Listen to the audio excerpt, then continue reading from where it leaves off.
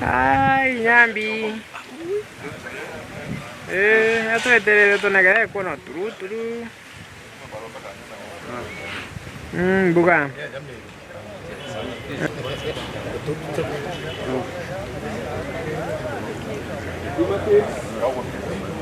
Ai, jadi orang tu pergi, ni orang tu lah.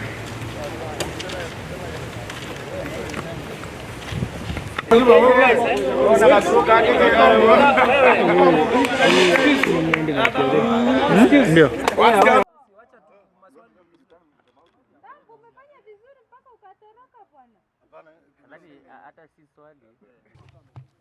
Kirinya monda. Sawa sawa. Mimi naitwa Kimathi William. Kambo ni jina gani wewe?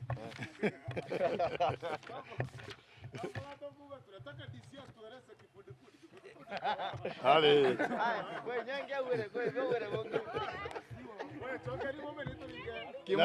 The unfortunate utterances by the Deputy President, William Samoei Ruto at Kapkatet have come to our attention.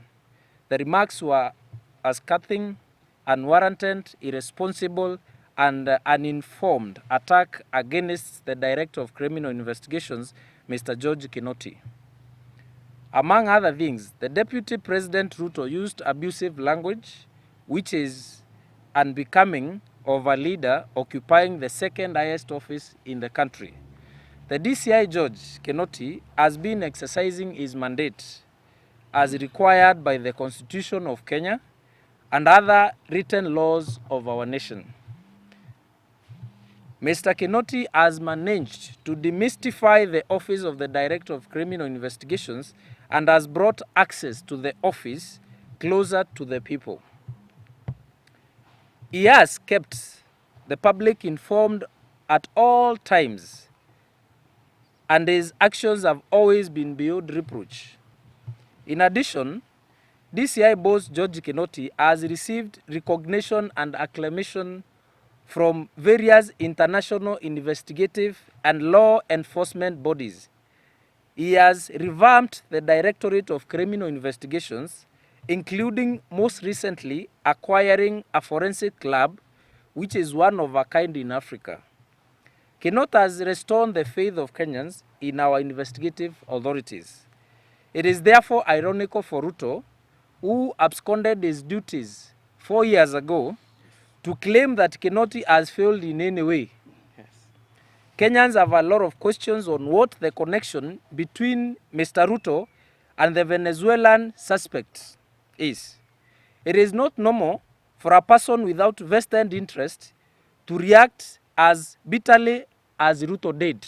Yes.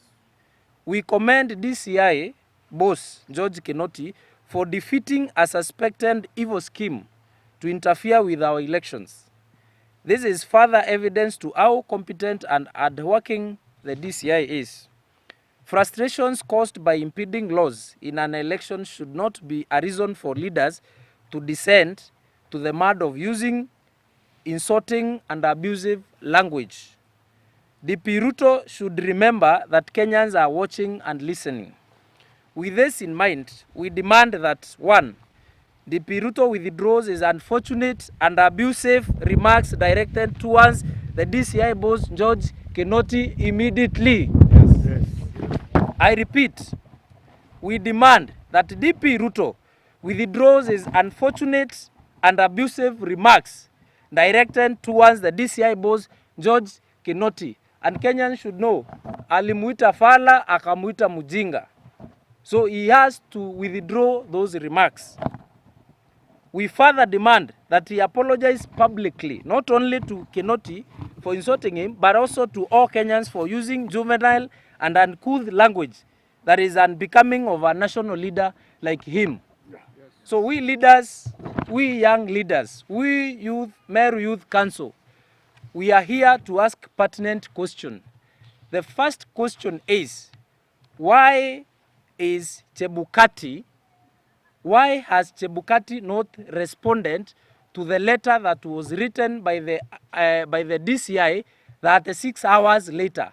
It is Ruto who is coming to respond. So what is the connection between Iebc and the Deputy President William Samoei Ruto? The other question we're asking is there a scheme between the chairman of Iebc, Wafula Chebukati, and the deputy president of the Republic of Kenya, William Samoei Ruto?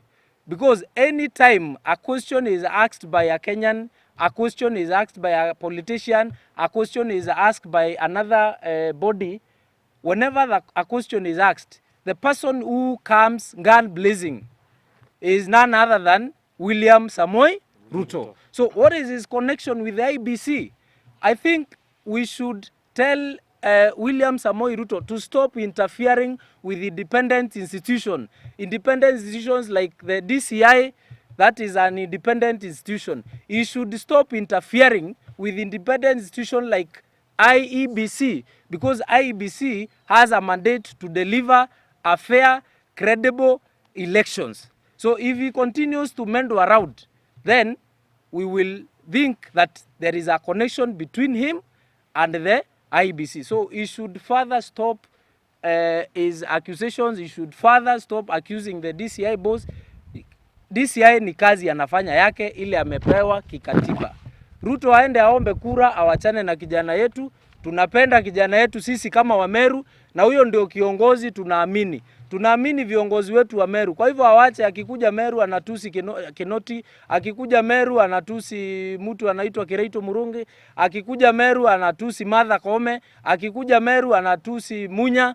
Kwani hakuna viongozi wa Meru unataka kuona wana rise, ama wewe ndio peke yako unataka kurise? Makamu wa rais, tueleze na ujitokeze kabisa kifundifundi, mwambie mkuu wa upelelezi Bwana Kinoti, umesema sorry kwa hiyo maneno ulisema jana ni mjinga.